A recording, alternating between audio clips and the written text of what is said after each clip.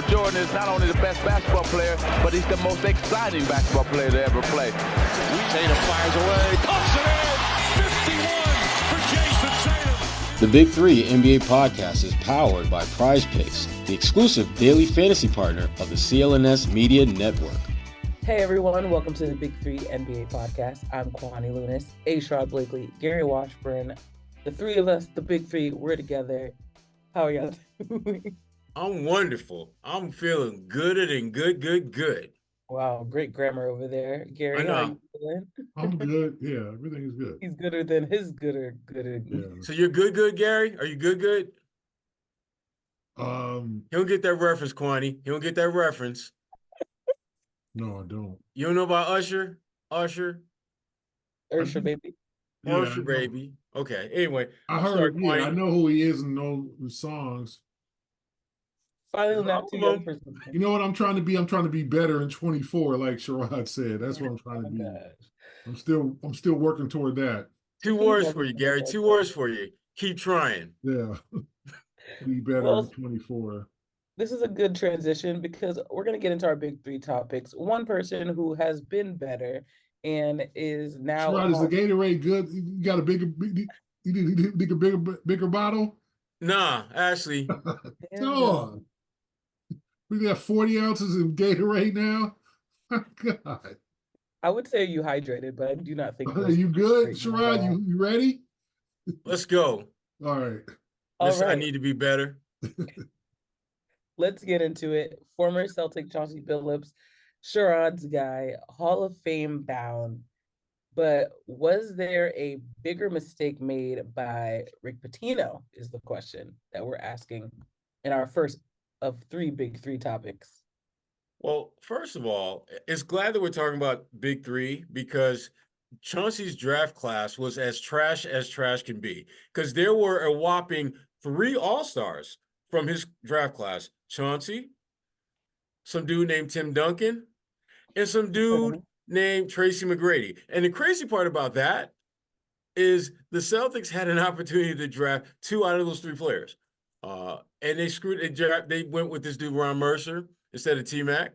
And T-Mac has talked in the past about how basically he tanked that interview process with the Celtics because he didn't want to play for Rick Pitino. He didn't want to play from coming out of high school, which he was doing, and he didn't want to play from in the NBA.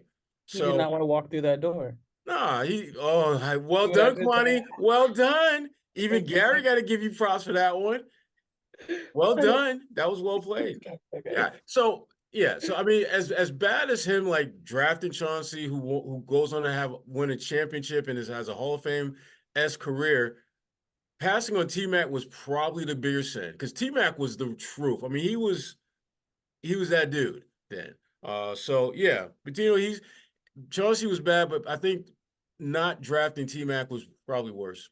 Mm-hmm. Yeah, I mean, I feel like that was a really tough situation. Like, they had Joe Johnson. The Celtics were kind of building a core, and Pitino gave up on him after 51 games. I just don't – I know there's been rookies traded during their rookie year. I know Kevin Johnson was traded. People think he came with Phoenix. He was drafted by the Cavaliers and played like 30-something games with the Cavaliers before he was traded to Phoenix, obviously where he spent the rest of his career and had like his number retired in Phoenix. So I know we've all seen rookies get traded, generally not after 50 games. Usually it might be after the rookie year. Pitino gave him 51 games and moved him to Toronto. He said, I talked to him several years ago, and he said he regretted that, obviously. It was he was impatient. He didn't have the patience for the rookies. There was so much pressure on the Celtics to win under him because, remember, he had kind of pushed Red Auerbach out and kind of took over all basketball operations. Remember, we're talking about the late 90s, so you're talking about Reggie Lewis has already passed, Lynn Bias, Bird, McHale, and Parrish are long retired. This organization had gone through a lot of hard times, and they were looking for something new, different, someone who could come in there and run the show and take them back to prosperity. They had let go ML Carr. They had tried, Chris Ford, ML Carr, Jimmy Rogers, guys who were nice, good assistants or good players as the Celtics, but never quite could push them to that next level. And the Celtics didn't find anybody to do that until 2005, 4 or 5 with Doc. But it was an unfortunate situation for Chauncey. I think he even was surprised that they gave up on him and disappointed about it. And he bounced around, before landing in Detroit and obviously becoming Mr. Big Shot. Like Sherrod's real happy about that. So I think the Celtics dropped the ball on that totally. I mean, they could have taken McGrady, and I'm not blaming them for Ron Mercer. Ron Mercer was supposed to be a really good player. Like anybody who remembers those teams and Ron Mercer, I heard of him when he was in high school. Ron Mercer was supposed to be a Kobe type. He was supposed to be a difference-making, big-time NBA player. Like, so the fact that they took Mercer, if you could look at it now, you'd be like, who was that? I don't even remember him. He was trash. Like all these younger folks never heard of him. When Ron Mercer was in high school, he was like top 2 or 3 in his high school class. He was supposed to be a very good pro. And it didn't, I think he played 8, 9 years, maybe shorter than that. He wasn't a complete bust, but he ended up being kind of like a guy. And, that was a situation for me where revisionist history, you would, of course, take T-Mac. They tried for Duncan. They tanked like hell to get Duncan, and they lost the lottery. Like, that was probably one of the bigger, like, bigger disappointments in Celtics history is losing out, because of the 96-97 season, they literally tanked to hell to try to get Tim Duncan. And that was supposed to, and they ended up losing it, obviously, to San Antonio, and they ended up getting Chauncey and Mercer. And so from the moment that they missed out on the lottery, anybody that the Celtics would have taken was never going to be Tim Duncan, obviously. It was always going to be scrutinized. And I just think Chauncey was the victim of that, unfortunately. All's well that ends well, though. I guess so. It worked out for him. Right. Prize Picks is America's #1 fantasy sports app with more than 3 million members. It is the easiest and most exciting way to get on the action while you watch your favorite sports and players. You just pick more or less on 2 or more player stats and watch the winnings roll in. Prize Picks is so easy to play. I can make my Celtic picks and make my entry in less than 60 seconds. Quick withdrawals and easy gameplay and an enormous selection of players and stat types are what makes Prize Picks the #1 fantasy sports app. Celtics and NBA fans, you can get in on Prize Picks in 30 states across the country, including California, Texas, and Georgia. On Prize Picks this week, I'm selecting Jason Tatum to dish out more than 5 assists and his teammate Jaylen Brown to have more than 22.5 points. Download the app today and use code CLNS for a first deposit match up to $100. Pick more, pick less. It's that easy. Prize Picks. Rajon Rondo, an actual former Celtic, Hall of Fame. Do you two think and for those who don't know, he formally retired this week, even though I honestly thought he had retired already. But you were not alone in at that assessment, Kwani. Thank you. I was like, wait, what you mean you done? I could have sworn you ain't played since 21. Oh, okay. All right. But do you two think he's Hall of Fame worthy? Gary. Granted, the Celtics are already running out of numbers. Because that's Gary's boy. So, Gary, you should jump on this one first. That's your boy. That. Not his boy. I think he has an argument. That's Gary's. I think he has an argument. Yeah. I think that he 2 titles, 3-time NBA assist leader, 4-time All-Star. I think what's happening with the Hall of Fame, and I think people are going to have, people are not going to be thrilled with this class led by Vince Carter and Chauncey Billups, 2 great guys, two guys that we've all gotten to know over the years, and gentlemen of the game and really good players, but neither are just can't miss Hall of Famers, right? Vince, I think, for his longevity, got in. And he was one of the more exciting players in the league. No championships. I don't think he even went to a finals. Or I don't know. Was he on those? No, he was. I think on those. Sorry, on those Nets teams in the early 2000s, wasn't he? Look at that. Was he on those Nets teams in the early 2000s? But for me, he was one of the more exciting players in the league. Played 22 years, all-time leader. No, he was. I'm sorry, he was not on those Nets teams. Oh, excuse my faux pas there. He got there a few years later from Toronto, so no finals appearances. But to me, probably a borderline Hall of Famer. And now I think Chauncey's waited so long. People were like, "Well, what about him?" Because I think I'll just say this. Okay, so having gotten to know folks at the Hall, having covered the event like the last 15 years now, there was a lot of people, a lot of the old heads from the 60s and 70s who were not happy that they weren't getting elected.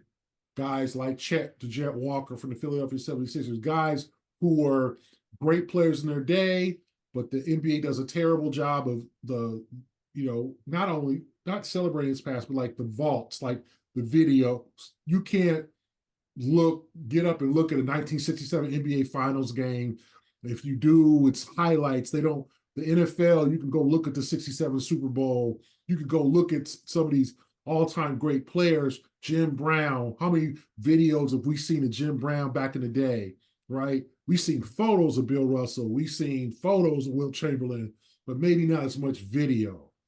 And I think those players felt underappreciated. So there's this groundswell of letting those guys in. Then all of a sudden it became guys like Mitch Richmond, guys like Bernard King, guys like now Tim Hardaway. So if Tim Hardaway gets in, Rajon Rondo's got a shot if you put their numbers up. So the bar is lowering for the Hall of Fame. And it's just the way it is. And some people are going to have issues with Chauncey. Some people are going to have issues with Vince. There's a lot of guys probably from the 80s who will feel like, where's my chance? Maurice Cheeks got in a few years ago. So if Maurice Cheeks gets in, Rajon Rondo's got a shot. Now, some of the off-the-court things, some of his attitude might be to his detriment, but I think he's got a legitimate shot. And if he got in, I wouldn't be like, oh, this is a sham. But because I do think the bar for the Hall has been lowered. A lot of those guys were allowed to get into the Hall of Fame that kind of complained about it. And now a lot of the current players or the players of the last 20 years are getting in. The Chris Mullins, obviously Mitch Richmond, Tim Hardaway's, guys who were like, yeah, he was pretty good. But, Bobby Jones, guys who were very good players, maybe not great. But I think that's what we're going to have to accept at this point, because now there's going to be, after the Kobe, Duncan, Garnett, there's fewer and fewer great all-time great players retiring. We're going to, who's the next in line, right? Wade's gotten in. I'm trying to think of Dirk's gotten in. Who is like the great, I can't really say like, oh, we're waiting for this guy to get in. LeBron's still playing, so we don't know when he's getting in. And we already know that's happening. Yeah. Chris Paul will get in. Chris Paul, he'll get in. 4 years after he retires. Steph, those are the guys we're kind of waiting on, but them guys are still playing. Yeah. KD. So we're talking about Russ. People like arguing about Russ. Yeah, so that's like 7, 8, 9 years from now. Yeah. So there's going to be a gap of players, and we're going to be shaking our heads like, who or that he got in, So how he get in? Yeah, how he who he played for. Right. So that's unfortunately how it's going to shake out, because I just think that there's definitely a gap here, and I definitely think Chris Webber. Remember, for years Chris Webber was waiting to get in. Chris Webber got in. Grant Hill got in. So all these guys who were retired, they got in already. So who's next? That's my question. Yeah. Who's I mean, next? it's it's to the point where the guys that are getting, and not only are you questioning, the validity of them getting in, but then when you start looking at their numbers, it doesn't really add up. It doesn't add up to what you would consider a Hall of Fame career. Because I mean, you look at Rondo's numbers, you look at Chauncey's numbers. There's not a huge difference. Chauncey's got one more, I think, All-Star appearance than Rondo. He's got 5. Rondo's got 4. Rondo's got an extra chip. He's got 2. Chauncey's got 1. Both guys have had moments where they were, all NBA defense. Chauncey has been all NBA. I think it's like second or third team once or twice. But you really find yourself just there really isn't a huge gap between the two of them. And so if I'm Rondo, I'm feeling pretty damn good about my chances of getting into the Hall of Fame at some point. Is it going to be first ballot? Probably not. But at some point, to Gary's point, you're going to start looking at who are the available players. And if you look at guys who are going to be out of the game for the next 3 or 4 years, and then you project, a few years after that, when they become eligible for the Hall, it's hard to imagine that Rondo's going to have this long wait time before he gets in. Because I think Rondo's going to be eligible right at that time where the Steph Currys and those guys maybe just finished playing and still have that time period to wait before they become eligible. Rondo's probably going to get in during that time. So he may potentially be someone that could be a headliner for his induction class. He may be one of the top players. And to me, with Rondo, whether you like him, whether you think he's a pain in the you-know-what, the one thing I will say about him that no one disputes, when the playoffs roll around, he's ready. He steps up. I mean, when your nickname is Playoff Rondo, that moniker lets everyone know that you are him in the playoffs. You playing with Kevin Garnett, Paul Pierce, Ray Allen, and many, many games in the playoffs. You were better than all of them. You know it, and they know it.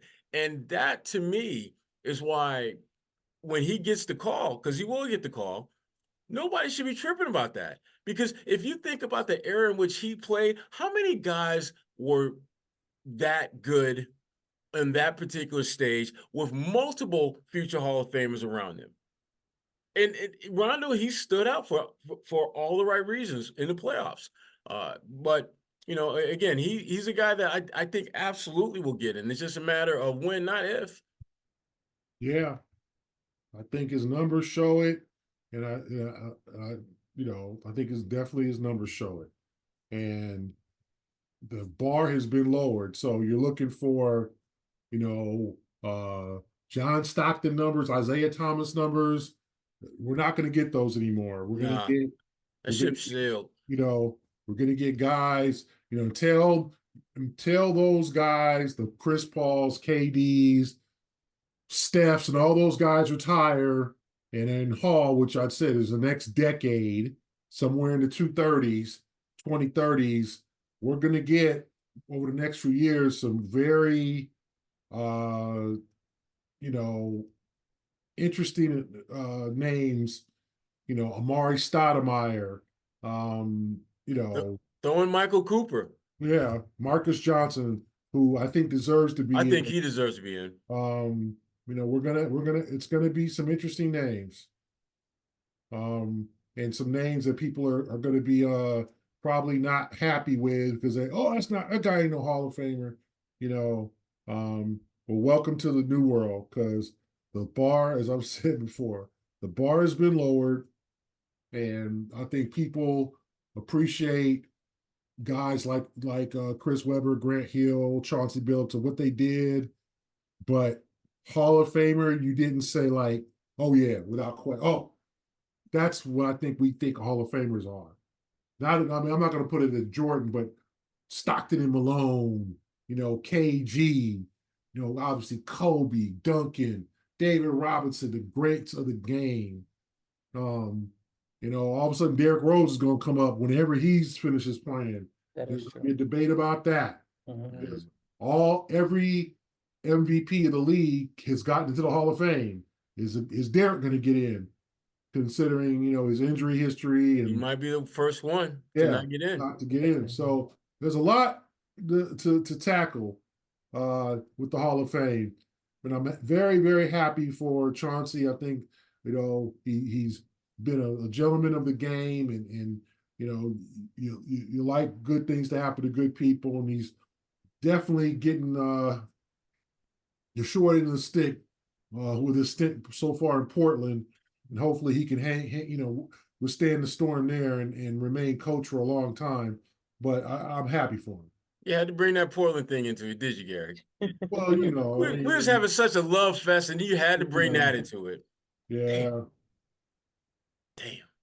Well, looking at the current Celtics team and their roster, as you both know, and of course the fans would know, they secured the top overall seed after their win against the Oklahoma City Thunder on Wednesday evening. Kristaps Porzingis 27-12, Tatum 24-7, Brown 23-7, Chet Holmgren 11-7 rebounds. But overall, we don't really need to recap that game. What would you two say is the motivation now for the Celtics now that they've secured the next step to obviously getting banner 18? Stay healthy. Stay healthy. Keep your and start looking a little bit more closely at your 8-man rotation, and just really look at them in bursts, because you don't want to extend them too many minutes. In fact, you're going to probably sit some guys now that you've got the #1 overall seed locked up, which just makes sense. But to me, everything comes back to health. Porzingis, on Wednesday night looked as good as we've seen him in a while. Chet Holmgren, Chet is a hell of a player, but he had nothing for Porzingis. Porzingis was, dunking on him, hitting with the up and under action, blocking shots. It was one of the best games we've seen from Porzingis really this season. And this is a guy that's had a bunch of really good games. Right off the jump, he dropped 30 and some change on the Knicks in the opener. So it's not like it's not like what he's doing is surprising, but it's a little bit surprising, not so much what he's doing, but when he's doing it. Like, this is the time when a guy like him, you're concerned that he's maybe not as physically up to par that you'd want him to be, because he's had a long season. And even though they've done a great job with the load management, he's still playing more games, or his position to play more games than we've seen him play in a while. So they're going to have to be extra careful with him. But to me, making sure that your team is in good health and really getting a look at that 8-man rotation between now and the end of the season, that's really what you're looking for if you're the Celtics. And just like I said, just get this done and over with, get to the playoffs. Yeah, I couldn't agree more with Sherrod. Just stay healthy, stay up out the way of any injuries. Jalen's talking about his hand is, just give the hand some rest. The one thing is, you want to be sharp for the playoffs, so you don't want to rest the guys all the last 6 games. Secondly, you are playing some teams with something to play for. You're playing the Knicks, the Kings coming up on Friday, the Bucks. Those teams are fighting for a playoff seeding. Okay, the last few games, I think Charlotte, Washington. Yeah, you can chill. You can play Jaden Springer and our buddies, O'Shea Brissett, Sherrod's good friend, and you can play those guys. Give those guys some extensive minutes. Give those guys some looks. But I don't know. I think Joe might be competitive in terms, not wanting to win the game, but fielding a competitive team out there when you're playing with teams who are playing something. Because I just think the integrity of the game, I said you got 3 games left against Sac, Milwaukee, and the Knicks. I think all 3 games will mean something for those teams. The 3 games, Portland, Charlotte, Washington, yeah, like that Sunday afternoon season finale against the Wizards. You should see the G League team out there. There should be a lot of J.D. Davidson. The same with Charlotte when our friend Grant Williams comes back. But don't forget. Oh yeah, you're right. Yeah. So, and we'll see what happens against Sac. I don't. I think there's kind of maybe a coach's agreement to where, not saying Joe is all in line with other coaches, but I think he knows Sacramento's playing for something. So I don't think he's going to put the G League team out there. But against Portland, yeah, you might see a lot of guys get the night off. At Milwaukee, we don't know how that's going to go. If you're the Celtics, why would you show them anything? If you're the Bucks, you're probably going to play your full squad because the Bucks are going. The Bucks are kind of in trouble at this point, and that number 2 seed is no guarantee for them. So I think they'll play here and there. Their main guys, but like Sherrod said, just keep guys healthy. You don't want them to get rusty. You don't want them sitting out too long. But out of the 6 games, play your guys 3 of those. The other 3, give them a break. Because I'm looking at the standings now. The Bucks are only a game and a half up on Cleveland for the number 2 seed and 2 games ahead of Orlando, who's kind of quietly charging here. Orlando's been real quiet this season, but yet they're 45-31 and they're the 4th seed. So they could creep up to 3. They're a half game behind Cleveland. That affects the Celtics because if Cleveland falls to 4, they play the Knicks in the first round potentially. That'll likely be the Celtics' next opponent if they win their first round series. So a lot of little things. The Knicks are trying to go for the 4th seed, so they'll have some meaning. And going up to Sacramento is now 8th. They're in the play-in. They don't want to be in the play-in, so they're really trying to win Friday, right, to get out of that play-in scenario. So, the Celtics, some of these teams are going to be coming at the Celtics. Play your guys, give them minutes. Now, do you play Jason and Jalen 40? No, you're playing them maybe 28. And just say, I think what Mazzulla says to the coaches is, hey, I'm going to play my guys 28 minutes, see what happens there. I'm not playing them 43 for your ass. You should have thought of that when you lost them games earlier. I'm going to help you some, but it's all about my guys, which is right. But I do think he'll field a competitive team out there for those 3 games. So I want to look ahead, just overall big picture. You mentioned the Bucks, which we'll close out with actually, but the state of the Eastern Conference overall. Embiid is back. First of all, we'll start with him. What do you think that means for the playoff race? And then just really, who do you see as a threat right now, if anyone at all, in the East? Somebody is going to draw an unlucky hand in that first round because I got a feeling Philly is going to play their way into that 6th seed. I think they're going to get up to the point where they're not going to be in the play-in format, and that number 3 team in the East is probably going to get bounced because Joel, them bringing him back now, by the time the playoffs roll around, he's going to be good. He's going to be in decent enough shape where he's not going to be in tip-top game shape because I don't know if he's ever going to be that dude, but he's going to be, you're going to get the full throttle of Joel Embiid come playoff time in that first round. And if you're someone like, I don't know, Milwaukee, who has been just Doc, and we'll talk a little bit more about Doc, actually, because Doc, that's the one X that I wanted to talk about. Yeah, let's just do it. We'll just check on the X right now. That's what we're gonna say. Doc Rivers 15 and at 500 since taking over the Bucks. The defense moderately better, but the offense not so much. So, what are your expectations for the Bucks? Yeah, I mean their offense has plummeted under Doc. They were like number 3 in the NBA before he took over. Right now they're like 15, 16, 17. So they're like middle of the pack. And their defense was basically kind of bottom 10, and now they're like bottom 15. He hasn't had the difference impact that they were looking for. And that's a team that I could absolutely see slipping down to that 3 spot, having to deal with Joel. And you know what, Dame, when it's Dame time and he'll let you know, bye-bye, he might be looking in the mirror on that one. He might be looking in the mirror on that one because I'm telling you, if they play Philly in the first round, I think Philly will win that. I really do. And y'all know I have little confidence in Philly. No, I know. I think they will win that one. Yeah, for folks, a big game tonight or Thursday night, yeah. Philly at Miami. Okay, yeah, that's for Philly's trying to get out the play-in, and so is Miami. So that could be and I think Embiid's playing, so that'll be a very interesting game. And then if you look at the Phillies' remaining schedule, not real tough. At Memphis, tricky because obviously the Grizzlies will beat you, without with their young guys. They I know Taylor Jenkins is not getting. I just think he's a potential coach of the year, uh, coach of the year candidate.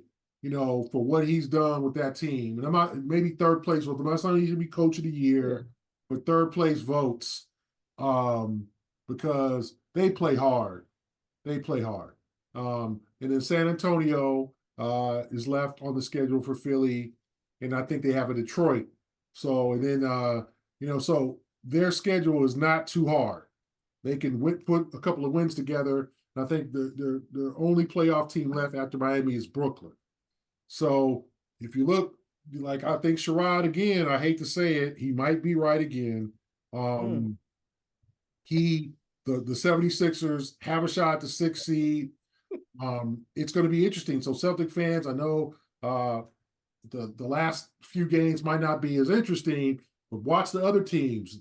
See how this all shakes out. All we know is there's going to be Chicago and Atlanta in the play-in game. We don't know where that game's going to be yet because they're fighting for 9 and 10. But Chicago's going to play Atlanta in one of the play-in games. It could be Indiana. And if you're the Celtics, and we can talk about this, Kwani, like, who would you want to face? Would you want to face Indiana, a team that's beaten the Celtics twice this year? Who is the best matchup? I mean, obviously, you want to face Embiid and the Sixers. Do you want to face Miami and just get it out of the way? That's Orlando, New York. Yeah. To me, those are the 3 teams. Yeah. None of them are this pleasant scenario. Let's be honest. Indiana, they're not playing as well, but they're still a dangerous team that's beaten the Celtics twice already. Yes. Different personnel. They don't have Buddy Hield anymore. But Philadelphia with Embiid, or Miami just because it's Miami, and Spoelstra's going to come up with cook up some plan to throw some wrinkles at the Celtics to try to muck up the series. So I think probably the best scenarios for them is Indiana, because I don't think Indiana can beat them 4 times at all. But it's going to get interesting. And to be honest, folks, it's not going to be any easy first-round series unless somehow Atlanta or Chicago bites them, sneaks up to 8. And that could happen. Even Atlanta, look at the last 2. Yeah, exactly. We don't know about Atlanta. That was weird. Atlanta got something for them. Right. But yeah, I think for Celtic fans, keep watching the games. It'll be interesting to see how this all plays out. And we got 10 days left in the season, so it's going to play out soon. But Philly and Miami tonight, huge game with all the seeding implications. And Indiana's in there. And I think those are the 3 options, unless Chicago and Atlanta make a kind of an improbable run and get that A seed. Well, there you have it. I can't believe it, but the season really is winding down. Of course, it's just the regular season. We have the playoffs next, but we appreciate all of y'all for listening, sticking with the Big 3 NBA podcast, for all your Celtics and more conversation. For Sherrod Blakely and Gary Washburn, I'm Kwani Lunis, and we will be back next week.